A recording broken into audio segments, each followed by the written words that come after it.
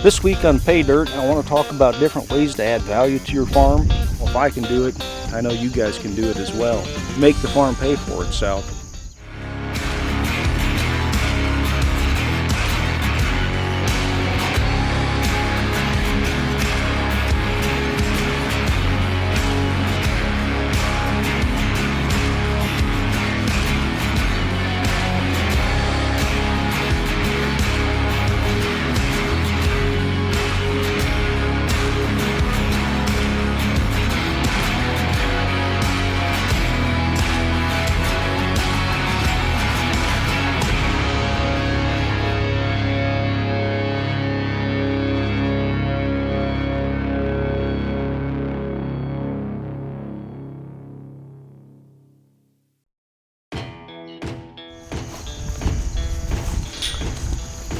This week on Pay Dirt, I want to talk about different ways to add value to your farm.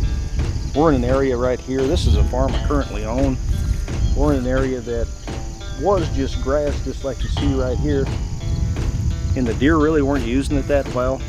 And so, you know, with all of my farms, I've tried to come up with ways to make the farm pay for itself. So this area right here, we took the good soils, the stuff that laid the best, and we went ahead and just cleared it. There was some locusts and stuff in there, so we cleared that out, planted it to tillable corn bean rotation, and it's my best crop this year. Look at some of the years on this stuff. It's probably pushing 180. This is some smaller stuff here, but you get down through there's some really good years on it. It's probably 180 to 200 bushel corn, and so to go from no income on this to, you know, on a really good year, 200 bushel corn, maybe you're making 300 or 400 an acre on this particular area.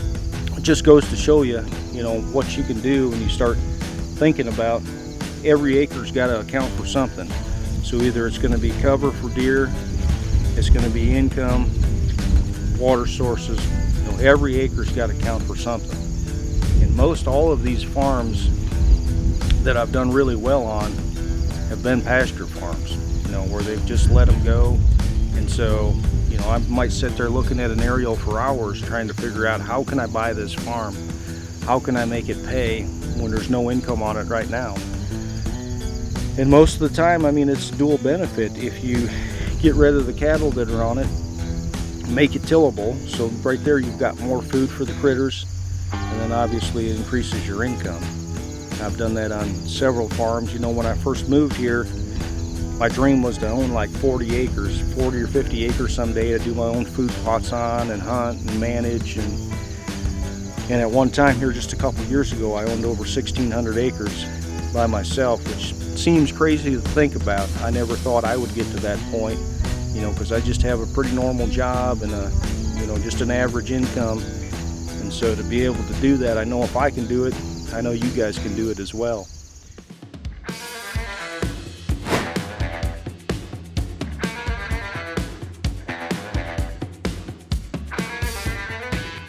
Hi, I'm Jason Science, Realtree Land Pro with United Country Homily Auction and Realty in Portage, Wisconsin. I'm here today to talk about water features. Whether you're a buyer or seller, they can present all kinds of different benefits. Water brings more than just a monetary value to a property.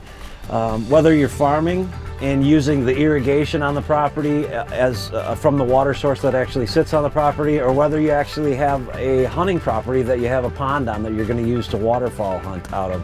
If you're looking at a property that has a creek on it, or a pond, or a lake, obviously there's aesthetic value there. There's also value down the road if you're going to use it for hunting, fishing. There's even value in a possible easement from a local government agency purchasing, you know, a right to get through that property to provide fishing for the public. As a buyer, all the different water features can bring different values to different properties. If you'd like to check out the properties that we have, go to realtreeuc.com.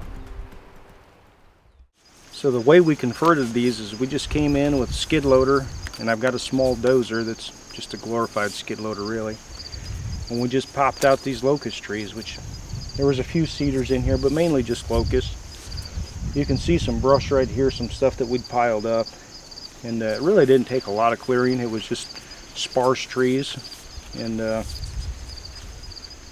You know, it did need a little bit of dozer work. There was a few, you know, holes and washouts and that kind of thing that we had to come back and fill to make it more farmable.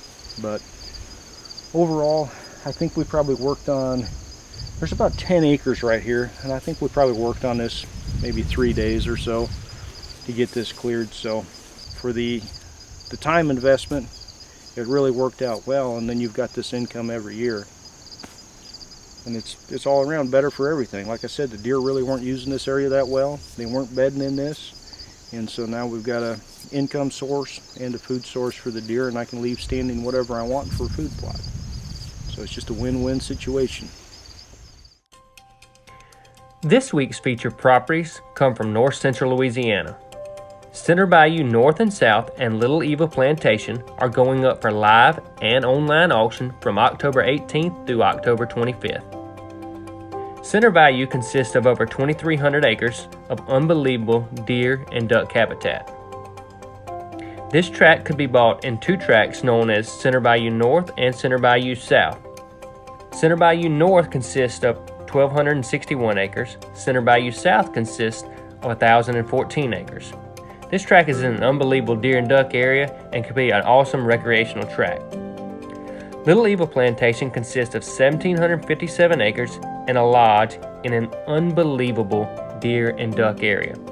This place has a proven track record of growing monster deer and attracting a lot of ducks.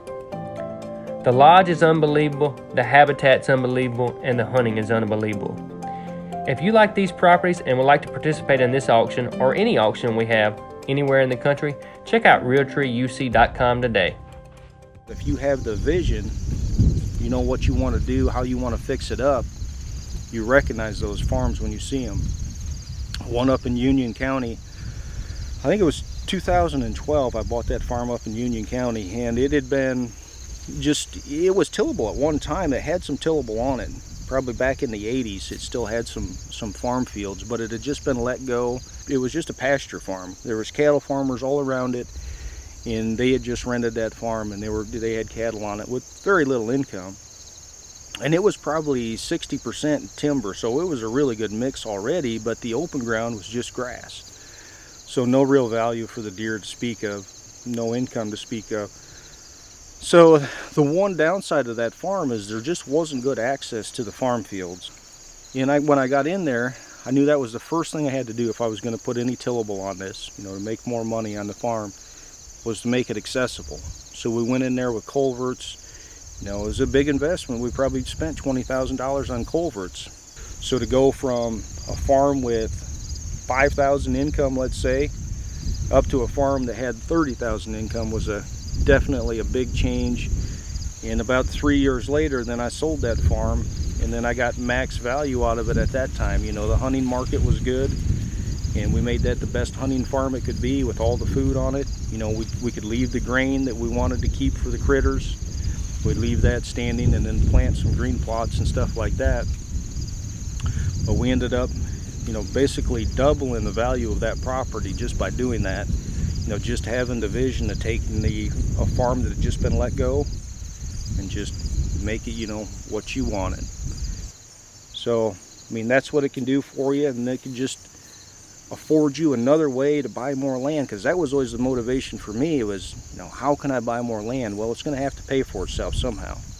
And if it's already, you know, a turnkey farm, well, it's probably priced top dollar as well. So finding these diamond in the roughs was always what I would do, and you know, eventually you have to sell them to realize your profit, which is always hard for me to do. I love to buy land and hate to sell it, but when you do go to sell it, you can definitely realize a solid profit on it.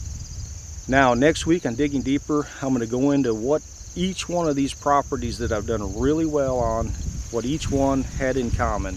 There was all one thing that they had. We'll talk about that next week on Digging Deeper.